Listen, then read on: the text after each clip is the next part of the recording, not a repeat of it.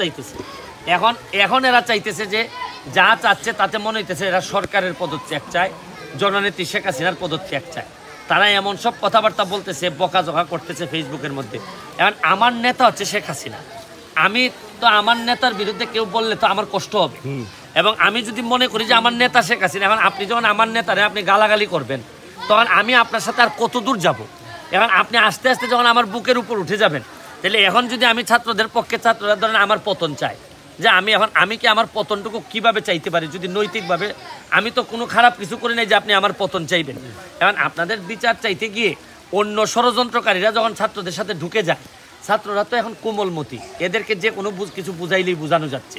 তো এই কারণে আমি তো একটা বিবেক আছে, আর আমি তো একটা মেম্বার অফ পার্লামেন্ট, আমি 7 লাখ মানুষের নেতা।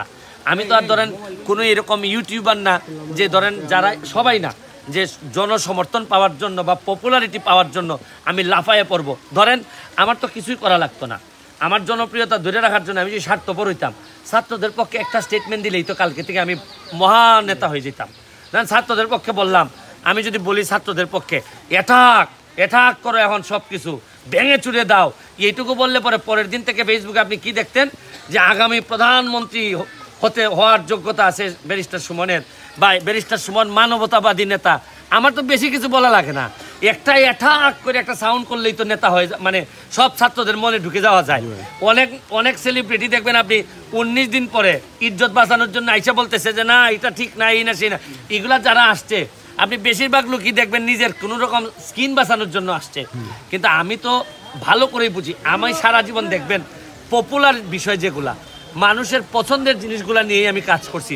এইবার কেন আমি পছন্দের জিনিসগুলার, আমি ছাত্ররা কেন তাদের মনের মতো করে আমি হইতে পারলাম না? কারণ হচ্ছে কি, আমি জানি যে এইটা একটা বড় গেম চলতেছে, বড় ষড়যন্ত্র চলতেছে রাষ্ট্রের বিরুদ্ধে।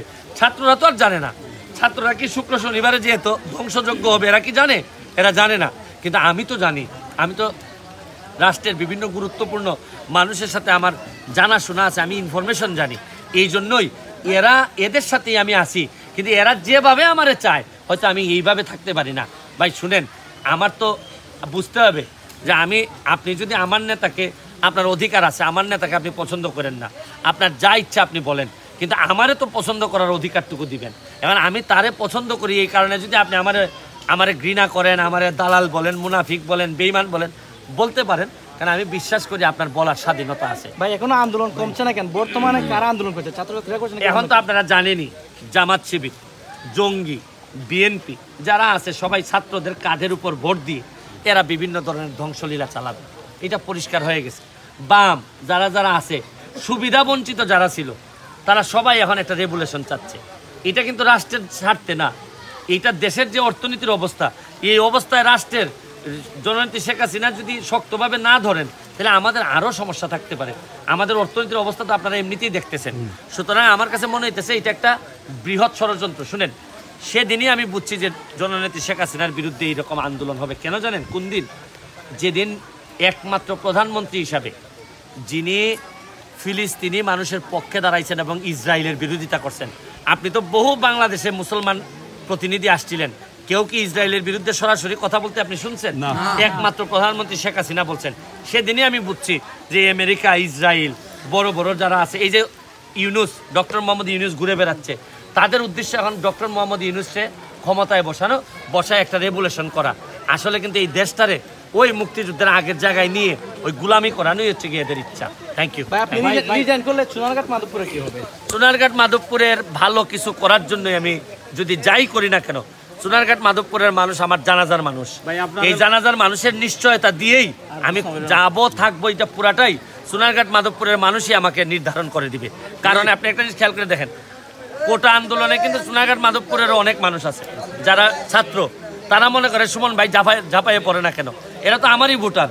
এখন বেশিরভাগ ভোটার যদি মনে করে না সুমন ভাই আপনি যেহেতু আপনি কোটা আন্দোলনে আমাদের সাথে ছিলেন, আপনি চলে যান, বেশিরভাগ মানুষ যদি সোনারঘাট মাধবপুরের মনে করে আপনি চলে যান, আমার চলে যেতে কোনো অসুবিধা নেই। এটার জন্য যে আমার ভোট পর্যন্ত ওয়েট করা লাগবে, শুনেন, আপনার মনে যদি আমি থাকতে না পারি, শুধু পদে থাকার জন্য আমি থাকবো না। Thank you.